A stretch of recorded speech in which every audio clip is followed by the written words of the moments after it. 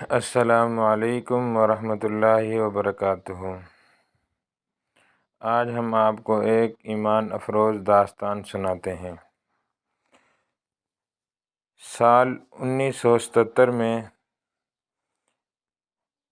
ایک Canadian professor گیری Miller نے قرآن مجید میں کوئی خامی تلاش کرنے کا ارادہ کیا۔ گیری ملر ٹورنٹو یونیورسٹی میں پڑھاتا تھا اور عیسائی مبلغ تھا۔ اس کا خیال تھا کہ قرآن مجید میں خامی ڈھونڈ لینے سے مسلمانوں کو عیسائیت پر لانے میں مدد ملے گی۔ ملر نے قرآن مجید کے مطالعے کے بعد جو کچھ لکھا انتہائی غیر جانبداری کے ساتھ لکھا۔ قرآن مجید کے بغور مطالعے کے بعد ملر نے لکھا، ایک ایسی تحریر لکھنا کسی انسان کا کام نہیں ہو سکتا۔ قرآن مجید کی سب سے پہلی چیز جس نے ملر کو متاثر کیا وہ کتاب مقدس کی کئی آیات کا ایک خاص انداز تھا۔ مثلاً سورہ نساء کی 82ویں آیت جس کا ترجمہ ہے کہ تو نے کیا وہ قرآن مجید پر غور نہیں کرتے؟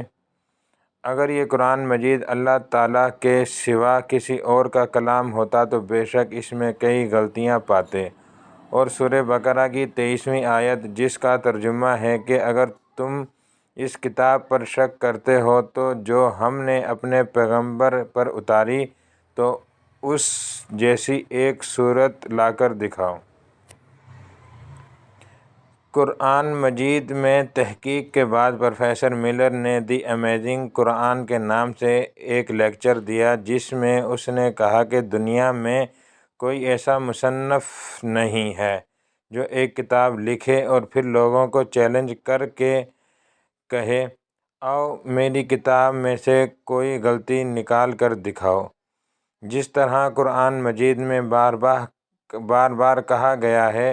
ملر مزید کہتا ہے کہ یہ بہت ہی حیران کن ہے کہ قرآن مجید میں جو آیات مسلمانوں کی کسی شکست یا صدمے کے موقع پر نازل ہوئی ہیں ان میں فتح کی خوشخبری سنائی گئی، جبکہ جو آیات کسی فتح کے موقع پر نازل ہوئیں ان میں غرور اور تکبر سے بچنے کی تنبیہ کی گئی اور مسلمانوں سے مزید جد و جہد اور قربانیاں طلب کی گئیں۔ گیری ملر کہتا ہے کہ اگر کوئی شخص اپنی آپ بیتی لکھتا ہے تو وہ اپنی فتوحات کو بڑھا چڑھا کر بیان کرتا ہے اور شکست کو بھی ہیلے بہانے سے جیت ہی قرار دینے کی کوشش کرتا ہے۔ قرآن مجید میں تسلسل کے ساتھ اور انتہائی منطقی انداز میں اس کے بالکل برعکس لکھا گیا ہے۔ قرآن مجید میں کسی ایک مخصوص وقت کی تاریخ میں بیان نہیں کی گئی بلکہ اس میں عام قوانین واضح کیے گئے ہیں جو اللہ تعالیٰ نے اس کے بندوں کے مابین تعلق کے خود و خال کا تعین کرتے ہیں۔ واضح رہے کہ گیری ملر نے 1977 میں قرآن مجید پر تحقیق کا آغاز کیا تھا اور محض ایک سال کے بعد انہوں نے 1978 میں اسلام قبول کر لیا اور پھر اپنا نام عبدالاحد رکھ لیا تھا۔ اس کے بعد انہوں نے اپنی زندگی اسلام کی دعوت کے لیے وقف کر رکھی ہے۔